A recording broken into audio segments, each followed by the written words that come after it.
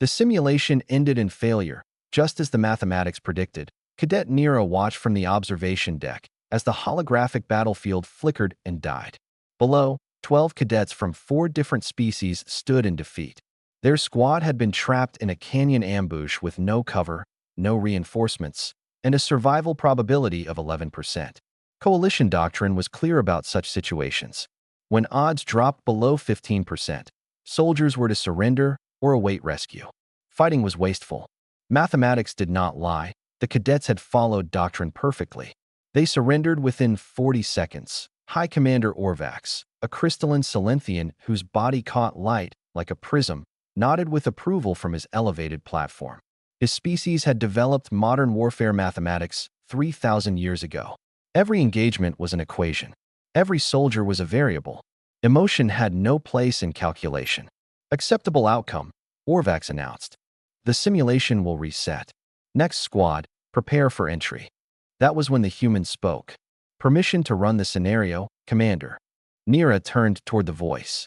She had heard about humans, but never seen one up close. This one was unremarkable by most standards. Medium height, brown skin, dark eyes that seemed to be constantly measuring things. His name badge read, Instructor Reeves, D.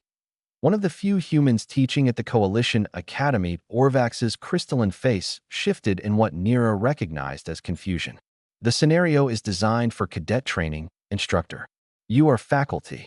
I understand, sir. I'd like to demonstrate an alternative approach. There is no alternative. The mathematics are absolute. The human smiled. It was not a happy expression. With respect, Commander, I'd like to test that.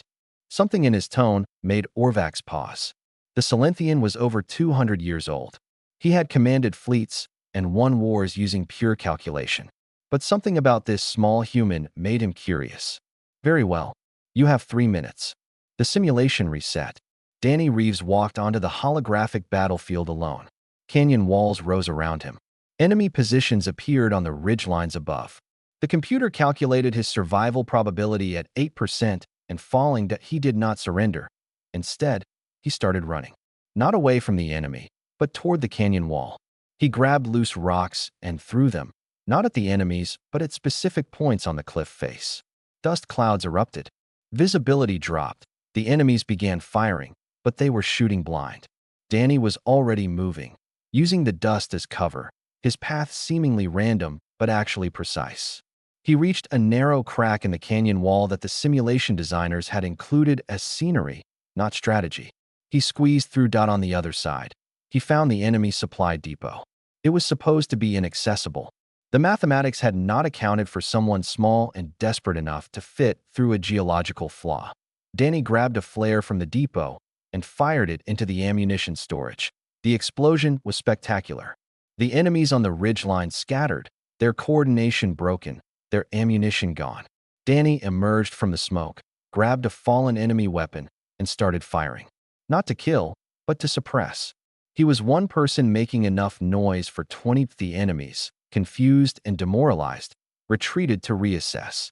Danny walked out of the canyon as the simulation ended. His survival probability had somehow climbed from 8% to 100. The mathematics had not predicted this. The observation deck was silent. High Commander Orvax stared at the human for a long moment. You violated 17 tactical protocols. Yes, sir. You took actions with no mathematical basis. Depends on your mathematics, sir. Explain. Danny looked up at the commander. Your equations measure individual survival based on known variables. My equations measure something else. I asked myself one question. What am I willing to do to stay alive? The answer was everything. That's a variable your system doesn't include. Orvax's crystalline body flickered with colors Nira could not interpret. This is not strategy. This is chaos. On Earth, we call it survival, Commander. The two looked similar from the outside. The commander said nothing more.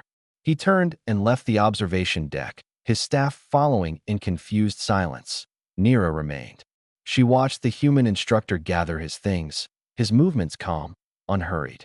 He did not seem proud of what he had done. He seemed tired, like someone who had done this many times before. She approached him carefully. Her species, the Valorans, had 4 arms and a chitinous exterior. Most humans found them unsettling. This one barely glanced at her extra limbs. Instructor Reeves. Cadet, I do not understand what I witnessed.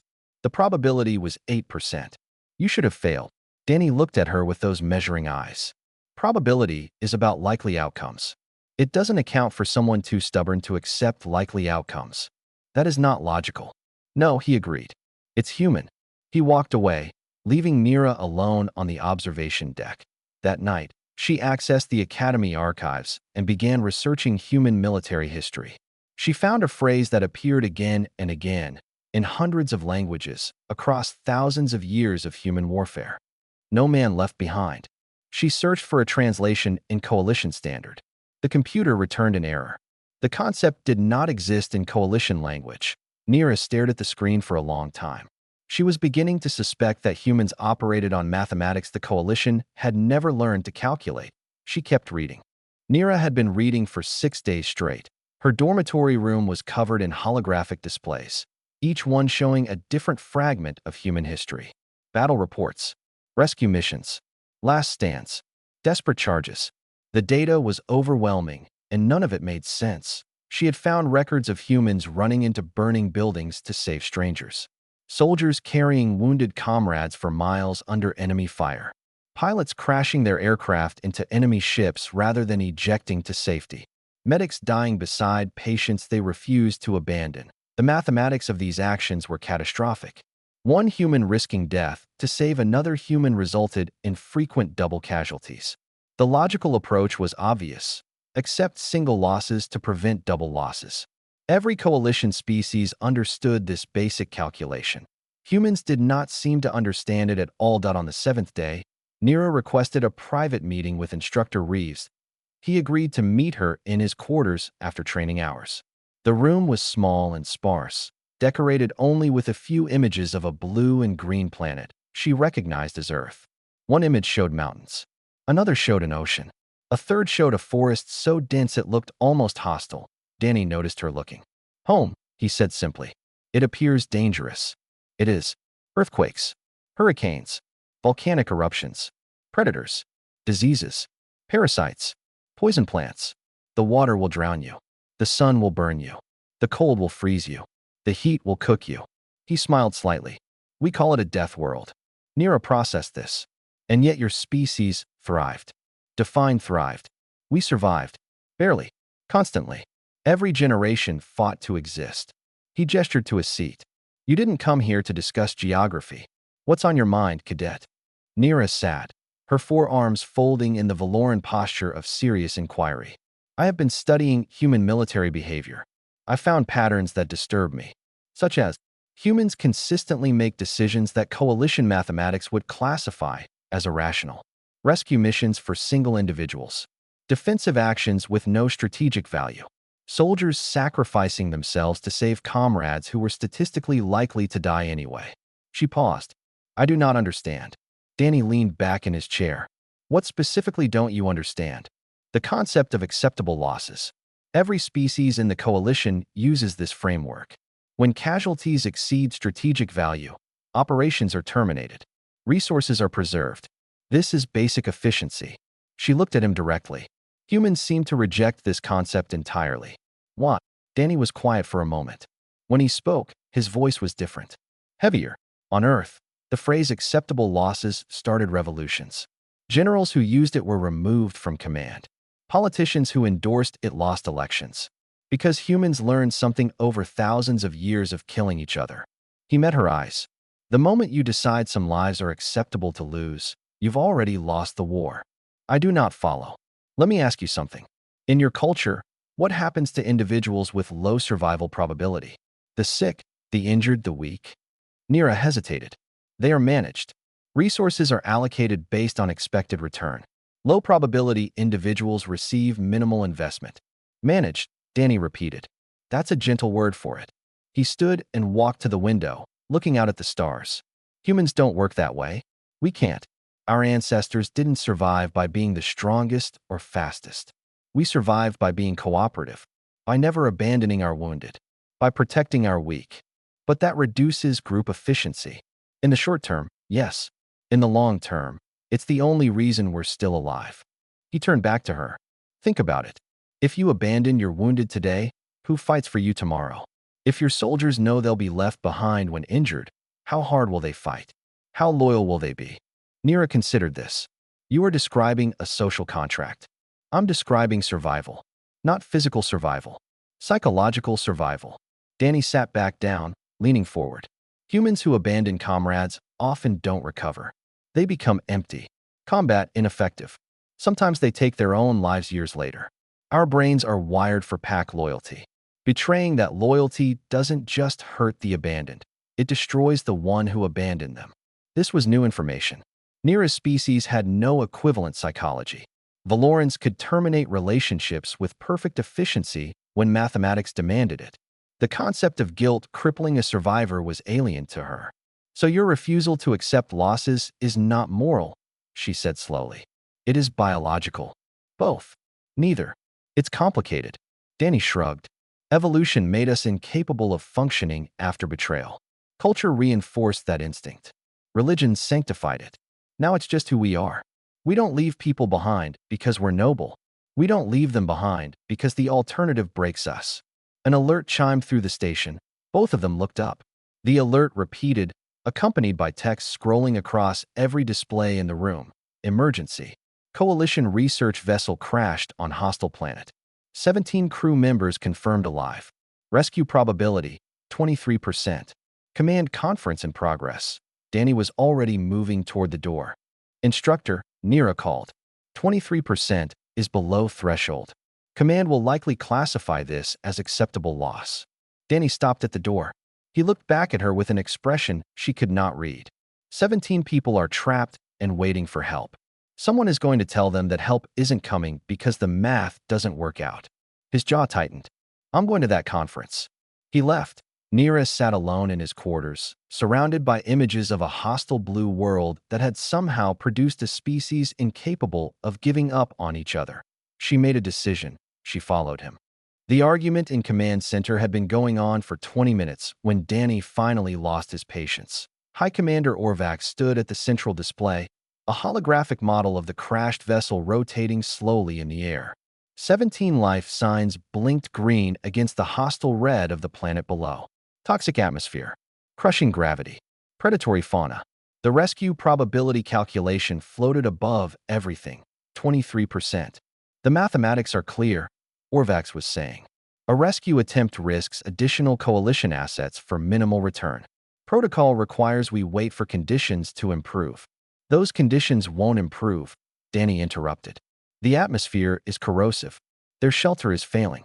In 48 hours, there won't be anyone left to rescue. Then we mark it as acceptable loss and honor their service. Danny stepped forward. Every officer in the room watched him. You're talking about 17 living people, not numbers. People. Instructor Reeves, your emotional attachment is noted but irrelevant. Coalition doctrine exists precisely to prevent wasteful decisions based on sentiment. Sentiment. Danny's voice was flat. Is that what you call it? What would you call it? Humanity. The word hung in the air. Orvax's crystalline form flickered with colors that suggested irritation. Your species' psychology is fascinating but not applicable to coalition operations. We calculate whether lives are worth saving. This is wisdom, not cruelty. Danny took another step forward. You calculate whether lives are worth saving. We calculate how to save them. That's the difference. Silence filled the room. Orvax stared at the human for a long moment. You are proposing to attempt this rescue personally. I am, with full knowledge that the probability of success is 23%. I can count, Commander. And if you fail? If we lose you and the 17 survivors? Danny's expression did not change. Then you'll have 18 people to honor instead of 17. The math doesn't change much. Before Orvax could respond, another voice spoke from the doorway. I request permission to accompany Instructor Reeves. Everyone turned. Nira stood at the entrance, her forearms held in the formal posture of official request. Behind her, 3 other cadets had gathered, 2 Silenthians and a massive Korthan whose species resembled armored bears. Orvax's confusion was visible. Cadet Nira, you are requesting to join a 23% mission? I am conducting field research on human tactical methodology, Commander. This is an ideal opportunity. It was a transparent excuse. Everyone knew it. But coalition protocol allowed cadets to volunteer for dangerous missions if they provided academic justification. The other cadets offered similar excuses: research, training, experience. None of them mentioned the real reason, that something about Danny's certainty had infected them. They wanted to see what happened when mathematics met human stubbornness. Orvax looked at the 5 volunteers for a long time. Then he turned back to the display. Very well. Shuttle Bay 7. You have 4 hours before the atmospheric window closes. He paused. I am marking this mission as exploratory, not rescue. That way, when you fail, the records will show you were gathering data rather than wasting resources. Danny nodded. Thank you, Commander. Do not thank me. I am simply curious to document how humans process inevitable failure. 3 hours later, their shuttle descended through clouds of acid rain toward a landscape that looked like something from a nightmare. The ground was dark and twisted, covered in vegetation that moved without wind. The gravity was 30% higher than station standard. Their environmental suits began working overtime the moment they stepped outside. Danny led them toward the crash site. Everything went wrong immediately. Their shuttle was damaged during landing, a rock through the engine housing. Their atmospheric readings were worse than predicted.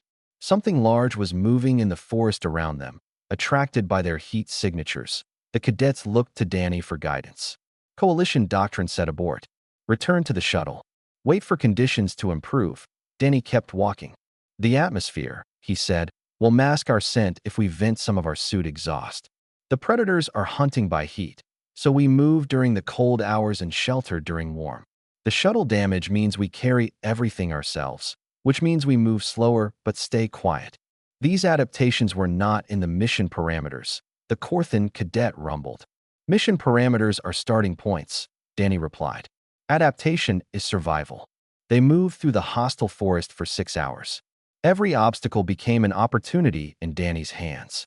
He used the dangerous plants as barriers against predators. He found water in places the scans missed. He navigated by methods the cadets could not understand. Intuition, he called it, though the word did not translate well. Nero watched him carefully. She noticed something troubling. Danny was not optimistic. His movements were efficient but heavy, like someone carrying an invisible weight. His eyes constantly scanned for threats, never relaxing. He expected to die on this planet. He was moving forward anyway. Instructor, she said during a rest period, your personal survival probability must be very low by now. Danny checked his equipment without looking up. Probably single digits. Yet you continue. He finally met her eyes. Those 17 people are waiting for someone to come. They're scared and hurt and hoping. Somewhere in that wreckage, someone is telling the others that help is coming, that the coalition wouldn't abandon them. He resumed checking his gear. I'm not going to make that person a liar. They reached the crash site as the planet's sun began to set. 17 survivors huddled in the broken shell of their vessel, injuries ranging from minor to critical. Their supplies were almost gone. Their shelter was failing. They had been waiting. Danny looked at the wounded, the dying, the scared. He started counting resources and calculating evacuation plans. The numbers were worse than 23% now. Much worse that he began planning anyway. The senior survivor was a Silenthian navigator named Pryll, and she had already made peace with death. When Danny announced that everyone was leaving, including the wounded who could not walk, Pryll's crystalline form flickered with what humans would recognize as disbelief. You cannot be serious, she said. Danny was already pulling apart wreckage, fashioning stretchers from metal beams and torn fabric. Completely serious. We have 8 hours before the next atmospheric window. That's enough time to reach our shuttle if we move now. Your shuttle is damaged. You told us this yourself. Damaged, not destroyed. We can patch it. With what resources? What expertise? Danny handed a stretcher frame to the Corthan cadet. Human expertise.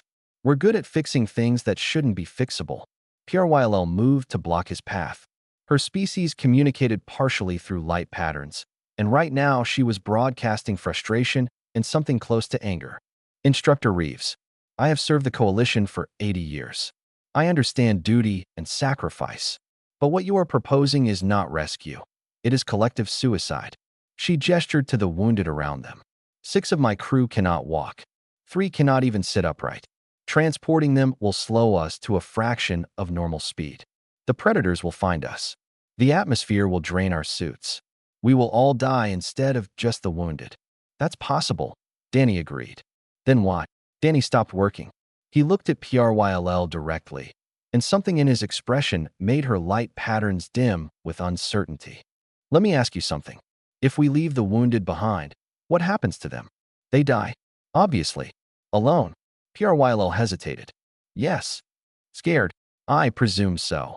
In pain, wondering why no one came back for them. Listening to our footsteps getting farther away. Hoping until the very end that will change our minds. Danny's voice was quiet but hard.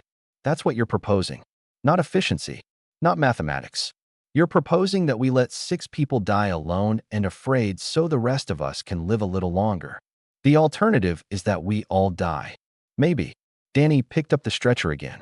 But I'll tell you something about humans, Navigator. We've done the math you're describing. Thousands of times in our history, leaders made the logical choice. They left the wounded. They sacrificed the few for the many. And it broke us. Not the ones left behind. They were dead. It broke the ones who walked away. Soldiers who abandoned comrades stopped being soldiers. They became hollow. Guilt ate them alive.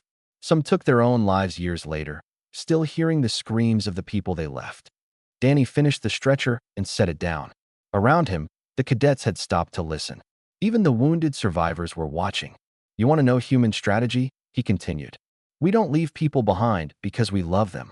We don't leave them behind because we're brave. We don't leave them behind because it's logical. He met PRYLL's eyes. We do it because the alternative, living with having abandoned someone, is worse than dying. That's not strategy. That's survival. Psychological survival.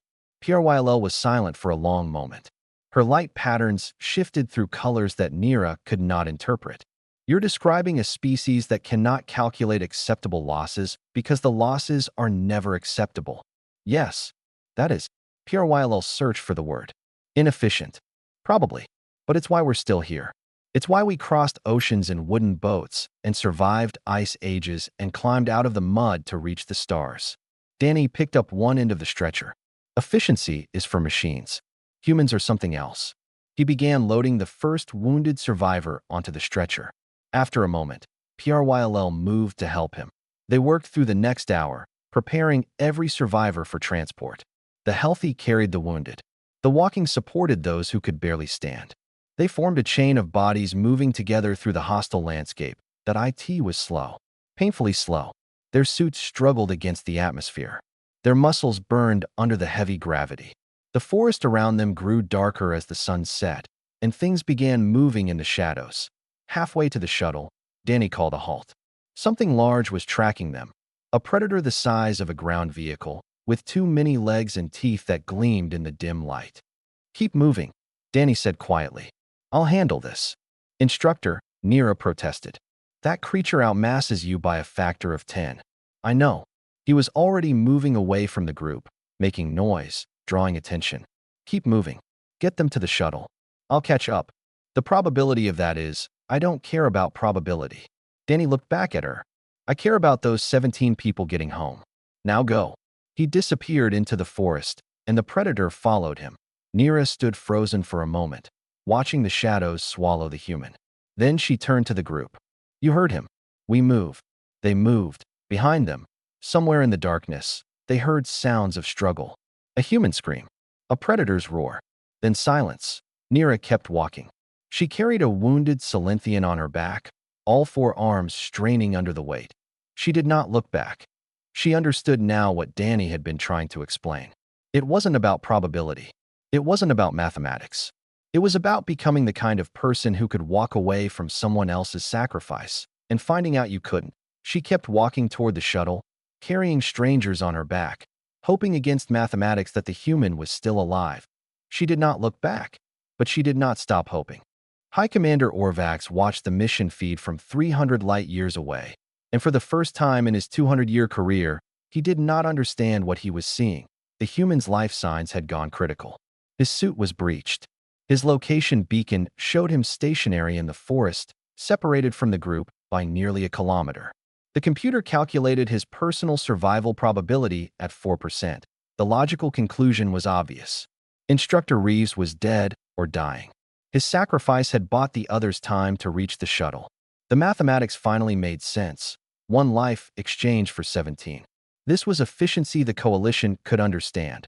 Orvax prepared to update the mission log. Instructor Reeves, D. Status. Acceptable loss. Then something unexpected happened. The survivors reached the shuttle. They loaded the wounded. They ran system checks and prepared for emergency launch. Everything proceeded according to logic. Then they stopped. Cadet Nira exited the shuttle. The other cadets followed. The wounded survivors, the ones Danny had just saved, refused to strap in for launch. Orvax opened a communication channel. Cadet Nira, explain your actions. Launch window closes in 90 minutes. Nira's voice came back distorted by the toxic atmosphere. We are not leaving without Instructor Reeves. The human's survival probability is 4%. He is almost certainly dead. Almost certainly is not certainly, Commander. This is illogical. You risk 17 lives for one. There was a pause. Then Navigator PRYLL's voice joined the channel. PRYLL, the Silenthian who had argued against the rescue from the beginning. Commander Orvax, I am the senior surviving officer of the crashed vessel. I am taking responsibility for this decision. Navigator, you argued against this exact behavior hours ago. I did. Another pause. I was wrong. Orvax's crystalline form flickered with colors that represented profound confusion. Explain. The human did something to us, Commander. I do not know how to describe it in Coalition terms. He made us unable to leave him behind. It is not logical. It is not efficient. But I am standing here on this horrible planet, and I cannot bring myself to board that shuttle knowing he is out there alone. Other voices joined in. The cadets. The wounded. All of them refusing to leave. Orvax stood in silence, watching the feed. 17 people he was supposed to rescue were now throwing away their survival for one human who was probably already dead. It made no mathematical sense. But as he watched them organize a search party, dividing into teams, moving back into the dangerous forest, Orvax began to understand something. The human had not just rescued them. He had changed them. Exposure to his psychology had rewritten something fundamental in their decision-making. They were thinking like humans now. On the planet below, Nira led a 3-person team through the forest. The predator's trail was easy to follow. Broken vegetation, disturbed soil, a few spots of blood that their suits identified as human. They found Danny in a small clearing that he was alive, barely. His suit was torn in multiple places. Blood covered his face. But he was sitting upright, his back against a rock, one arm hanging useless at his side. And he was not alone. A creature crouched next to him. Not the massive predator that had attacked, but something smaller, younger. Its body language was protective rather than aggressive. It was watching Danny with something that looked almost like concern.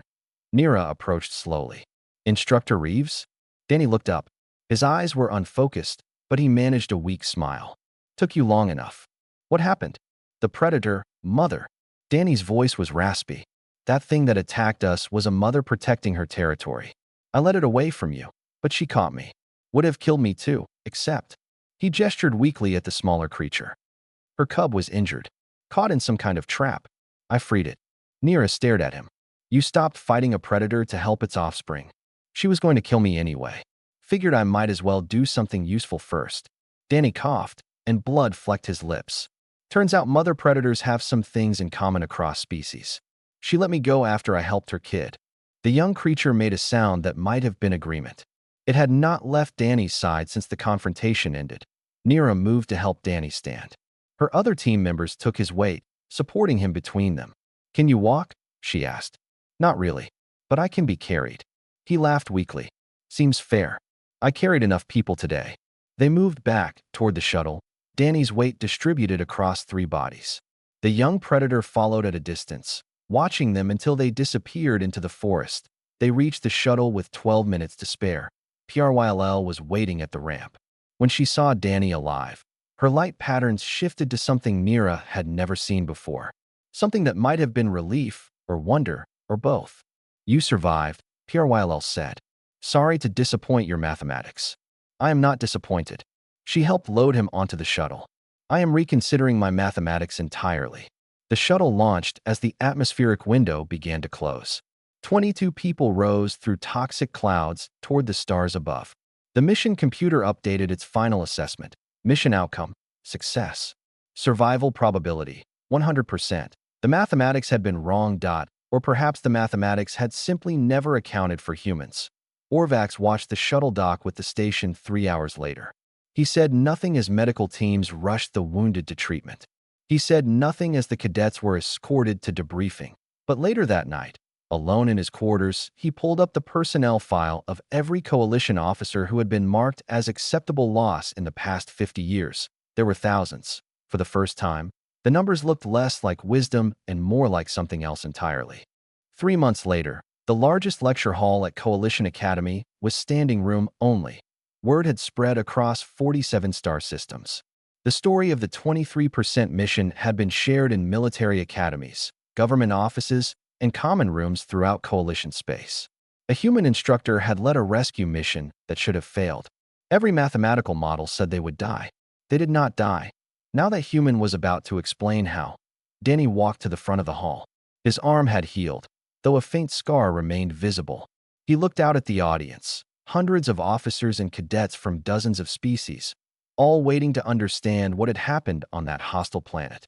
I was asked to teach a course on human tactical psychology, he began. Command wanted to call it advanced probability manipulation. I told them that was wrong. What I do isn't manipulation. It isn't even strategy, the way you understand it. He activated a holographic display.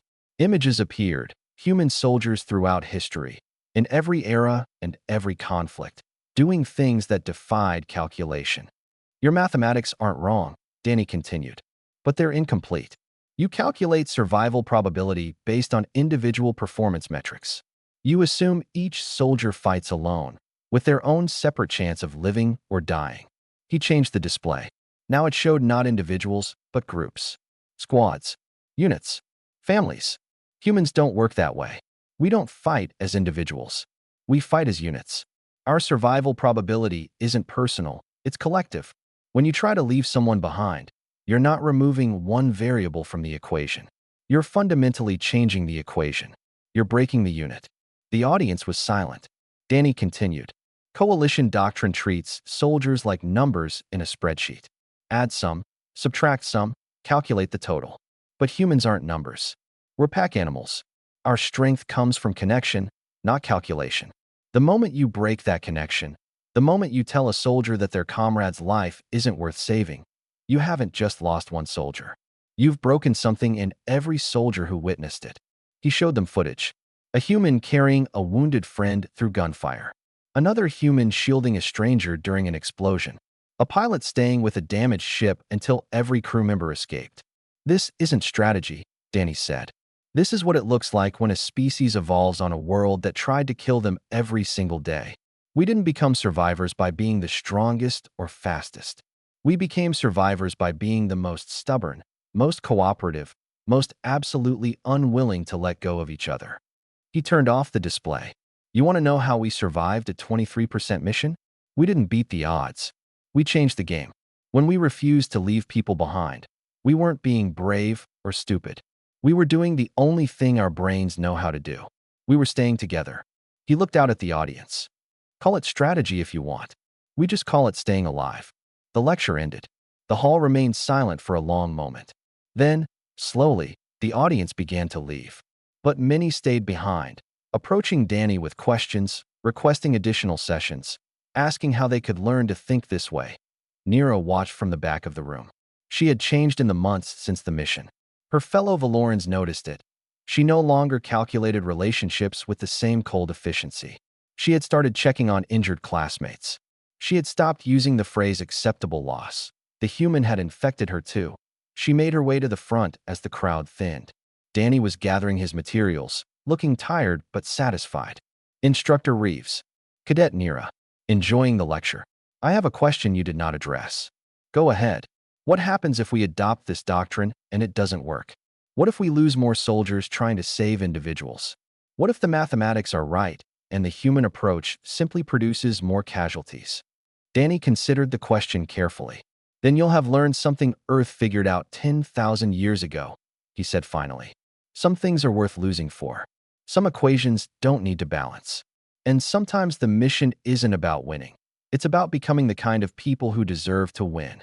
Nira processed this. That does not answer my question. No, Danny agreed. It answers a different question. The one underneath your question. He smiled. You're not really asking whether this doctrine works. You're asking whether it's worth the cost. And that's not a military question. That's a personal one. He picked up his materials and walked toward the door. Then he stopped and looked back. You followed me onto that planet, cadet. You came back for me when you should have left. That wasn't training and it wasn't orders. That was you deciding what kind of person you wanted to be. He shrugged. You already have your answer. You just haven't accepted it yet. He left. Nira stood alone in the empty lecture hall. She thought about the mission, about Danny's words, about the 17 people who were alive because a human refused to accept mathematics. Behind her, someone else had remained. High Commander Orvax stood near the back wall, his crystalline form dim and thoughtful. He had been watching the entire lecture in silence. Commander, Nira said, surprised. I did not see you there. Orvax moved slowly down the aisle. I have been reviewing records. Every officer marked as acceptable loss in the past 50 years. Thousands of names. Sir, I wonder how many of them we could have saved if we had calculated differently. His light patterns were muted, complex. I wonder what kind of coalition we would be if we had tried. He said nothing more. He walked past her and out the door, leaving Nira alone with questions that had no mathematical answers. She stayed in that hall for a long time, thinking about survival and what it really meant to stay alive.